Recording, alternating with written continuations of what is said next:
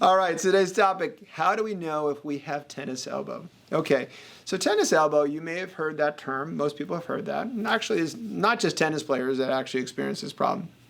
Also, you may have heard it as lateral epicondylitis if you're talking to your physical therapist or your doctor, or lateral epicondylagia. A little hard to pronounce, it'll be in the notes, it'll be all spelled out. But those are some of the words, some of the terms you'll use when you talk about pain that's often referred to the outside of the elbow here.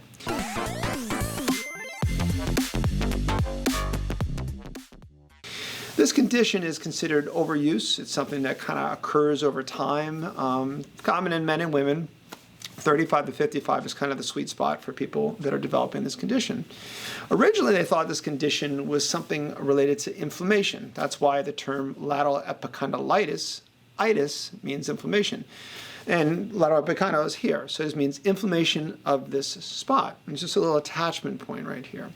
The term has kind of changed a little bit that's why the epicondylagia, I struggle with, is one of the terms we use more now to really define it. It's considered an overuse type condition that affects some of the tendons that come together, and they kind of a confluence, a series of muscles come together and actually attach to that bone, and they have this common extensor tendon that attaches right there. And over time, that tendon gets these little micro tears, kind of wear and tear over repeated use. It can happen with tennis. It can happen with repetitive grasping, like people who do a lot of labor, or people that are working in the yard, repetitive grasping, turning kind of motions like that will be people, and also our weightlifters, so people that are doing certain exercises that'll tension that area and put pressure. And this tendon slowly gets little micro tears and slowly degenerates. And it's not really inflammation that's the cause, it's more a slight form of degeneration. So there's a series of muscles that essentially come together as a common extensor mass, which is these muscles here. And those muscles will contribute to finger extension, wrist extension, less so what they call supination, which is this motion right here. But all those movements eventually, and these actions, these muscles kind of put tugging and tension over there and causes some wear and tear to that region. So how did we find out that, this was really not an inflammatory condition? Go figure. How did we ever figure this out? A lot of people use anti-inflammatories for this to kind of treat it, ice, protection, all these things, the idea that there's active inflammation in there. And they find out they actually did biopsies. I don't know who signed up for the study, but they basically did little biopsies of those tendons. That means they take a little piece of tissue from that tendon, and they found out, guess what? There's not any inflammation, cells that are associated with inflammation and repair. So they said, maybe we need to take a little different approach, which we'll talk about in our next video too, about how to treat this. So you'll see that at the back of the video. We're going to tell you how to treat it to kind of help encourage that to get out of a painful state, and also to increase the strength of your ability, of your abilities. A lot of times you have difficulty when you have this condition with gripping, sustained positions, forward raises. Let's say any kind of movements, any power bar movements, things like that. Any of that stuff will cause it to increase in pain, but it necessarily doesn't mean that it is degenerative. It is inflammatory. It's probably degenerative. So you may not notice as much of an impact on taking, let's say, an Advil or an ibuprofen or something that's driving down the inflammation, because it's really not inflammatory. Just want you to know that little piece. So the good news about this is that it's kind of self-limiting. It hurts, you kind of stop. Downside is it takes a long time sometimes for this to kind of take its course and slowly get better. It can take 12 to 18 months. It can go from a very severe state where you're really really limited to slowly kind of nagging and just doesn't quite resolve. The problem is that during that period of time you can lose a lot of strength. You start restricting your movement. You don't exercise. You don't do a lot of things, and then you get atrophy up the whole chain. You start getting some shoulder atrophy. You kind of lose some of the strength. And when you're not using the right arm, you sometimes aren't using the left arm as much. You start not exercising or moving as much. So that's one of the things we want to address this a little earlier, so you kind of don't lose that period of time where you're not active. We want to keep you as active as possible. So after the initial stages, first 3 to 5 days, we want to start taking more of an active approach, which we'll explain later. But that's one of the things, that it's a misconception that, hey, got to rest it, it'll just get better. In this case, the wait and see approach is really not the most proactive or the most efficient way of addressing this problem. So what other conditions can mimic tennis elbow. Pain, any kind of pain on this side here. There can be a lot. There's a few things inside the elbow that can cause problems. You can have focal cartilage defects. So the inside of the elbow, there's a spot that's kind of irregular and is causing a catching and can give you pain referred. And they'll sometimes even have pain at the actual tendon. Like, well, I have pain at the tendon here. I'm like, I know, but I think that's still coming from the internally within the elbow.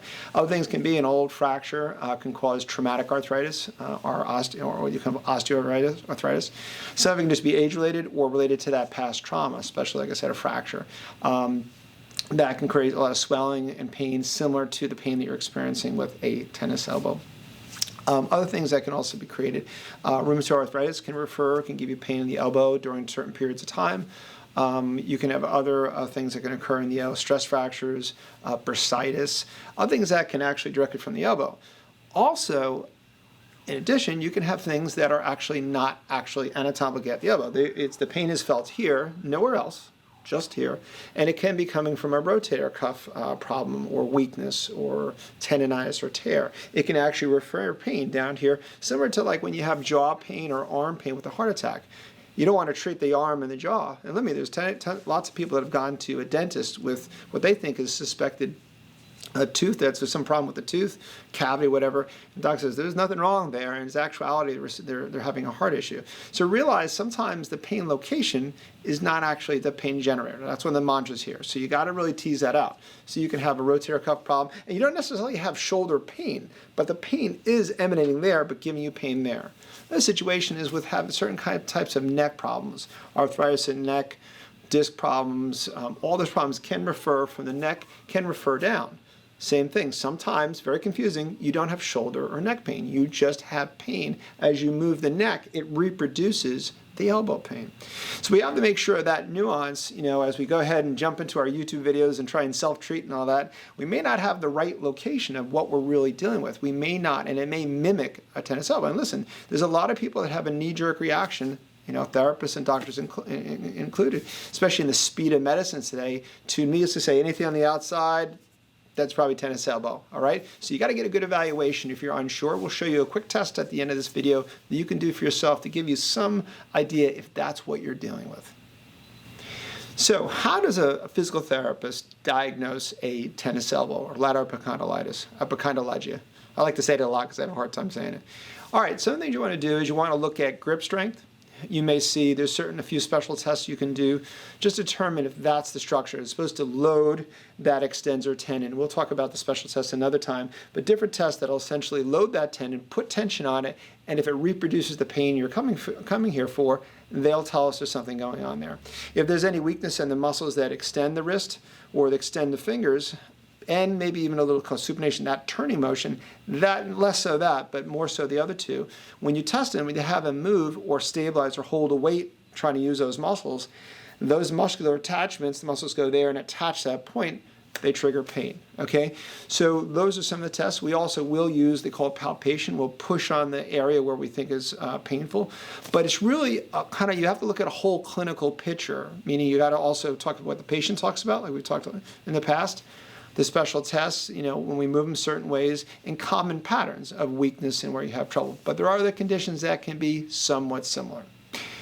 So some of the areas that you'll notice, that we'll address in therapy, which we'll talk about in the next video, is basically any kind of wrist flexor, which is this direction, wrist extensor, finger extensor, rotator cuff, or scapular musculature. Those are some of the areas that we'll work on strengthening. They actually find there's a correlation, especially someone that's had this condition for greater than 2 or 3 months, they start developing weakness, kind of like we talked about earlier, up the whole chain.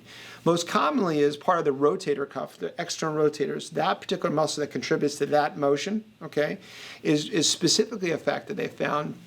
So a program that addresses scapular strength, rotator cuff, and general wrist extensor and wrist flexor strength is what they want to address. Also, any kind of ergonomic things that they're doing, whether it be their workstation, how they're positioned, are some of the things that you want to look at to address what's actually possibly triggering this condition. And also making sure we have good clearance to the neck, making sure good neck mobility. If anything's coming from the neck, we'll be addressing that through postural exercises, which will kind of play and help you with conquering this condition and getting back to the root of the problem. Okay, we're going to give you a test called the chair test for lateral epicondylitis or tennis elbow. Basically, you're going to stand like so, hands, palms down. You're going to grasp the armrest like this. And you want to essentially lift the chair away from you like this, okay? Those muscles over here have to stabilize. There's no movement at the wrist, but they have to stabilize and hold that. And if you notice, it reproduces the symptoms. The same pain you're having trouble with, could be a different pain, but it's the same pain you're coming for. You'll get it right in that region. That's considered a positive test for lateral epicondylitis, epicondylagia, getting it better, or tennis elbow. Okay, hope this helps you out.